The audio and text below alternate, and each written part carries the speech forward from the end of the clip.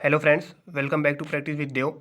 तो जैसा कि मैं आपसे बार बार कहता था कि जो भी मैं क्वेश्चन आपको करा रहा हूँ उसको आप करते जाइए, आपको एग्जाम में देखने को डायरेक्ट मिलेंगे। तो ये RO का हिंदी का पेपर है। यहाँ पर लगभग जितने भी क्वेश्चन आए हुए हैं आपको मेरे वीडियो से देखने को मिल जाएंगे, जितना भी मैंने आपको करा रखा है।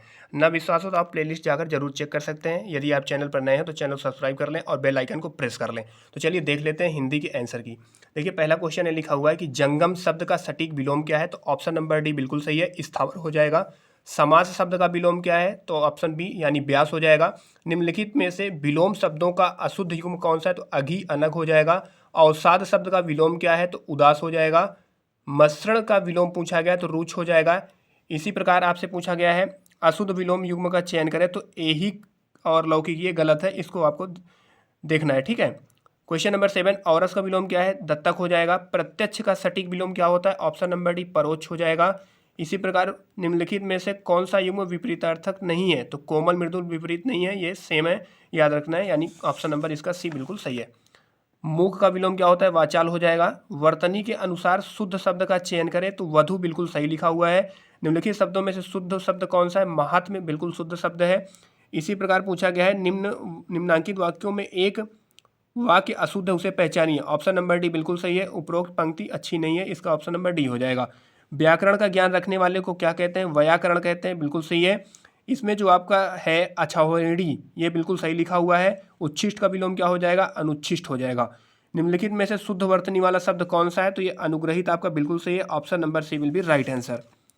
निम्नलिखित वाक्यों को ध्यानपूर्वक पढ़ें, पढ़कर दिए गए कोड के अनुसार उत्तर दीजिए। जिसमें इसमें जो चारों वाक्य लिखे हुए हैं चारों के चारों गलत है। तो A, B, C, D यानी चारों अशुद्ध हैं। चलिए आगे बढ़ते हैं। क्वेश्चन नंबर 19, देखिए इसमें आपसे पूछा गया है कि आपको चाहिए था कि आप रोगी को देख आएं, इस अशुद्ध वाक्य का शुद्ध रूप में परिवर्तित करना है। तो ऑप्शन नंबर ए बिल्कुल सही है। आपको चाहिए था कि आप रोगी को देखने जाएं। क्वेश्चन नंबर 20 है, निम्नलिखित वाक्यों में से शुद्ध वाक्य कौन सा है। तो कुछ लोग मिष्टान्न के प्रिय होते हैं, बिल्कुल सही है। स्वेद से उत्पन्न होने वाले को क्या कहते हैं, यानी स्वेदज कहेंगे। परित्यक्ता किसे कहते हैं। तो देखिए उस स्त्री के लिए जो पति के द्वारा छोड़ दी गई हो उसे परित्यक्ता कहते हैं। अगला क्वेश्चन है, बाएं हाथ से तीर चलाने वाले को क्या कहेंगे। वामसर कहेंगे। नित्य दिन दुखियों को भोजन देने की व्यवस्था के लिए उपयुक्त होने वाला एक शब्द क्या है। सदाव्रत है।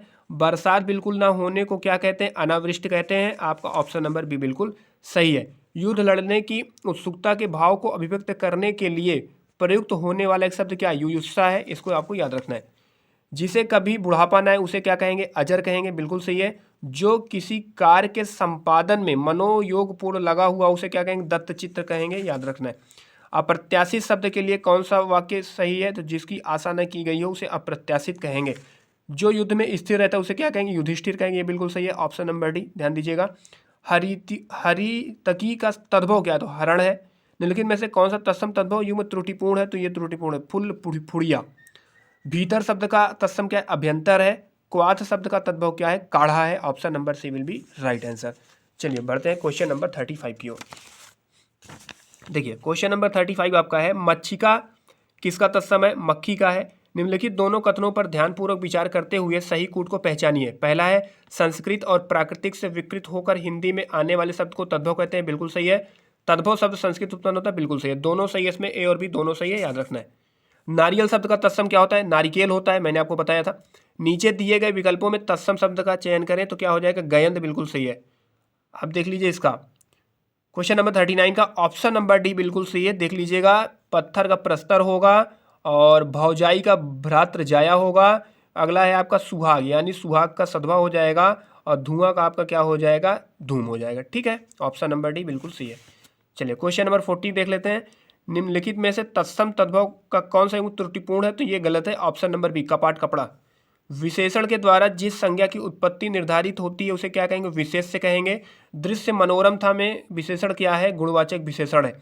विशेषण के संदर्भ में निम्नलिखित में से अशुद्ध कथन कौन सा है। यह संज्ञा के लिंग अनुसार सदैव परिवर्तित होता है, ये गलत है, इसको आपको ध्यान देना है।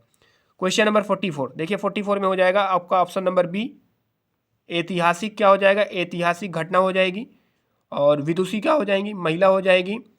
और महती क्या हो जाएगी। कथा हो जाएगी। और रोचक क्या हो जाएगा आपका पुस्तक। ऑप्शन नंबर बी बिल्कुल सही है, देख लीजिए, ठीक है। क्वेश्चन नंबर 45, खूबसूरत और काला ईरानी घोड़ा मैदान में दौड़ रहा है। इस वाक्य में क्या है, देखिए 3 विशेषण है और एक विशेष्य है। खूबसूरत, काला और ईरानी ये विशेष्य है, सॉरी विशेषण है, और घोड़ा आपका क्या है, विशेष्य। ऑप्शन नंबर ए बिल्कुल आपका सही है। क्वेश्चन नंबर 46 की ओर बढ़ते हैं। देखिए 46 में क्या है कि विशेषण की विशेषता बताने वाले एक शब्द को क्या कहते हैं, प्रविशेषण कहते हैं। ऑप्शन नंबर सी बिल्कुल सही है। निम्नलिखित में से आवृत्तिवाचक विशेषण नहीं है, तो ऑप्शन नंबर डी यानी सब कुछ आवृत्तिवाचक विशेषण नहीं है। क्वेश्चन नंबर 48, वह खंभा गिर जाएगा, इस पंक्ति में वह क्या है, निश्चयवाचक सार्वनामिक विशेषण है। ऑप्शन नंबर बी बिल्कुल सही है। क्वेश्चन नंबर 49, संदेह का विशेषण होगा, संदिग्ध होगा। क्वेश्चन नंबर 50, प्रतिबिंबित में विशेष होगा। ऑप्शन नंबर बी प्रतिबिंब होगा। निम्नलिखित में से अवनि का सही पर्यायवाची क्या है, अचला है, बिल्कुल सही है। कामदेव का पर्यायवाची क्या है, तो कामदेव का पर्यायवाची आपका ऑप्शन नंबर डी पुष्पंधवा हो जाएगा। सूर्य सतह पर्यायवाची है किसका, यमुना का है। द्रौपदी का पर्यायवाची नहीं है, पांचाल नहीं है। प्रशंसा का पर्यायवाची है तो क्या हो जाएगा, श्लाघा। Option number D. Question number 56, कौन सा युग्म सुमेलित नहीं है, तो यही सुमेलित नहीं है, गंगा और मृगांग। Option number C. घोटक का सटीक पर्यायवाची अश्व हो जाएगा। विद्युत का पर्यायवाची क्या होता है, दामिनी होता है। Option number D. अहि किसका पर्यायवाची है, तो सर्प का है। रात्रि का पर्यायवाची क्या होता है, सर्वरी होता है। Option number C will be right answer. तो फ्रेंड्स ये आरो हिंदी का कंप्लीट आंसर की था। आप